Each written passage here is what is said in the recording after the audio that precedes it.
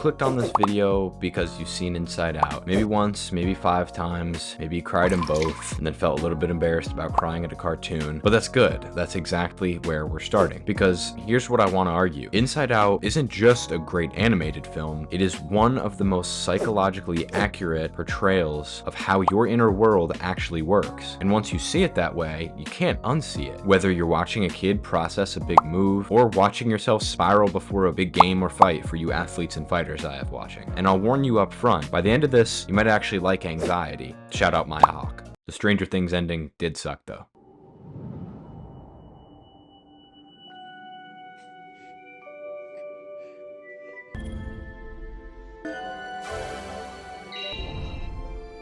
Aren't you a little bundle of joy?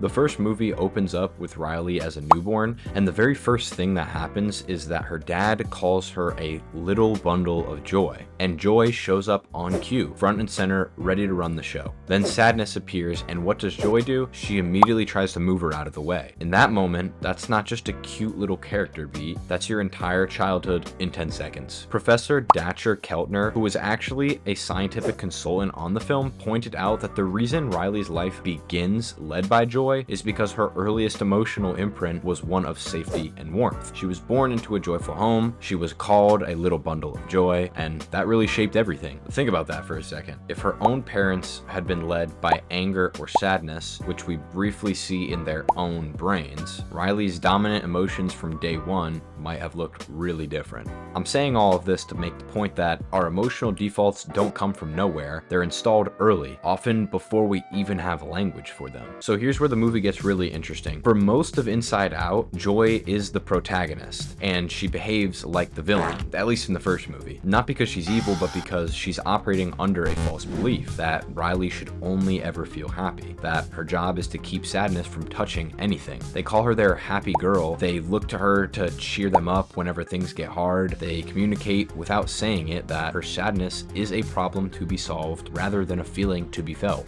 So what does Riley learn? Well, she learns that her emotions are only acceptable if they're positive, that she needs to perform happiness to be loved, that anger and fear belong to her parents, not to her. That's not a Pixar invention, that's real. This is what happens when kids grow up in environments where difficult emotions aren't allowed space. The entire structure of this film is built on a psychological model by Richard Schwartz called the Internal Family Systems, or IFS for short. The core idea is this: you are not one unified self. You're a system of parts, inner characters with their own roles, their own fears, and their own history. Some of those parts are trying to protect you, some are carrying old wounds, and your job isn't to silence them, it's to understand them and to integrate them. Does that sound familiar at all? Because that's literally the entire movie. Joy, sadness, fear, anger, disgust, they're not characters in Riley's head, they are Riley's head, and none of them can be removed without something breaking. Just look at how each emotion functions in the film. Fear. He's irrational, he fumbles, he makes everything worse when he's in charge, but he's not useless. He gives reason to anger's fire. He's the voice that says, wait, let's think about the consequences. He just can't be the one running the show. Anger is the one who takes over when sadness isn't allowed to be felt. Literally in the first movie, when Joy and Sadness are kicked out of headquarters, anger is the one who inevitably calls the shot to have Riley try to run away and get back home to Michigan.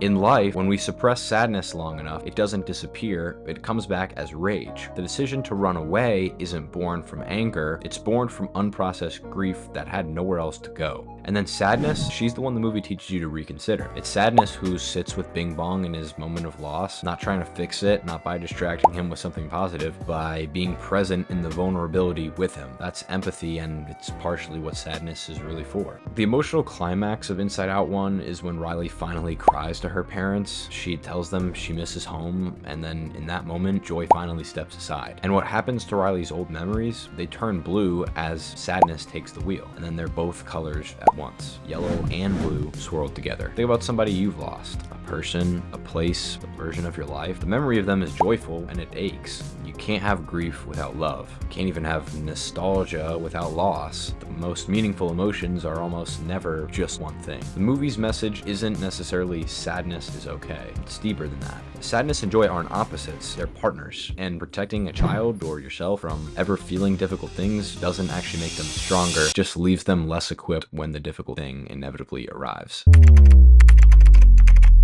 Then Inside Out 2 picks up with Riley entering puberty, and with that comes a whole new control panel and a whole new cast of emotions. Envy, embarrassment, ennui, I don't know, whatever the French guy's name is. And then the one who runs the entire show, anxiety. Here's what I want you to notice. The first thing most viewers feel when anxiety takes over is that she's the villain. And don't get me wrong, she's definitely painted to be the villain of the movie, but the way that we all take to that, I understand. She's controlling, she's chaotic, she literally pushes the other emotions away and bottles them up, like literally into a bottle and locks them away. And then the movie knows you're gonna feel that, because that's exactly how most of us relate to our own anxiety. We want it gone, we treat it like it's a malfunction. But look closer. Everything anxiety does in this movie, every exhausting, overwhelming, and controlling thing, she is doing because she believes it's keeping Riley safe. She maps out every scenario. She predicts every social rejection. She pushes Riley to impress the older hockey players because she's terrified that she will end up alone. Her entire operating system is, if I just work hard enough, I can prevent the bad thing from happening. But that's anxiety's job description. In small doses, it's what keeps you from walking into traffic. In overdose, it's what keeps you awake at 3 a.m. running catastrophic scenarios. You see, anxiety isn't really the villain. She's a protector that just doesn't know when to stop. The deeper conflict of Inside Out 2 is about identity. Anxiety doesn't just take over Riley's emotions, she actually reshapes who Riley believes she is. Riley goes from a kid with a clear sense of self to someone performing a version of herself that doesn't fit.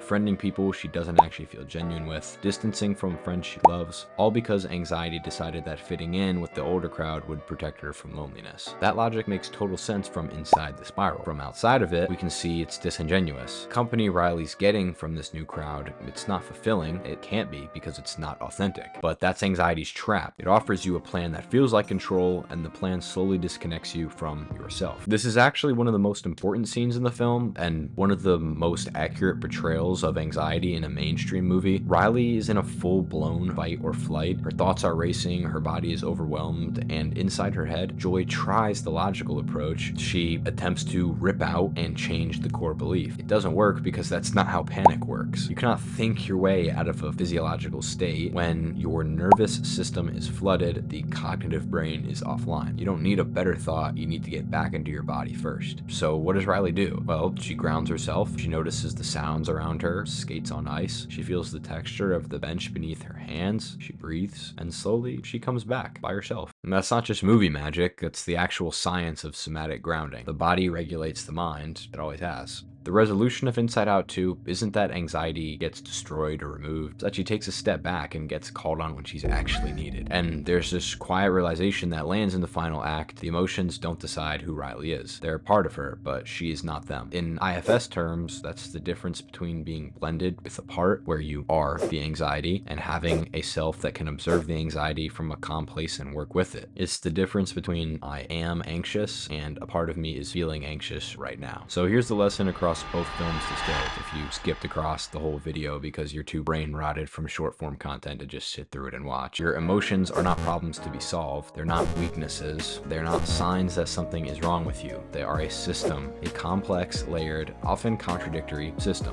that has been working to protect you since before you had the words to even describe what you were feeling. All of the emotions exist for a reason.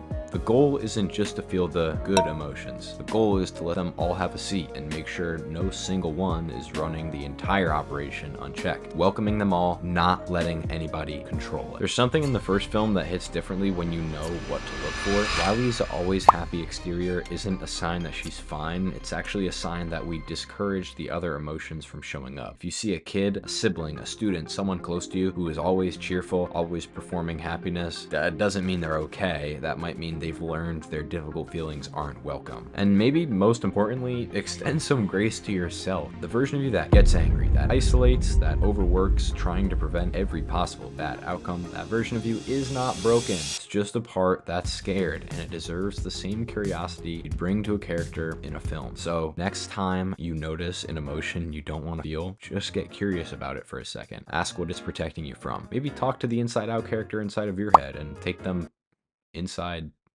out. That was so corny, bro. I'm talking like a Disney character. If you enjoyed this video, YouTube thinks you'll enjoy this one too.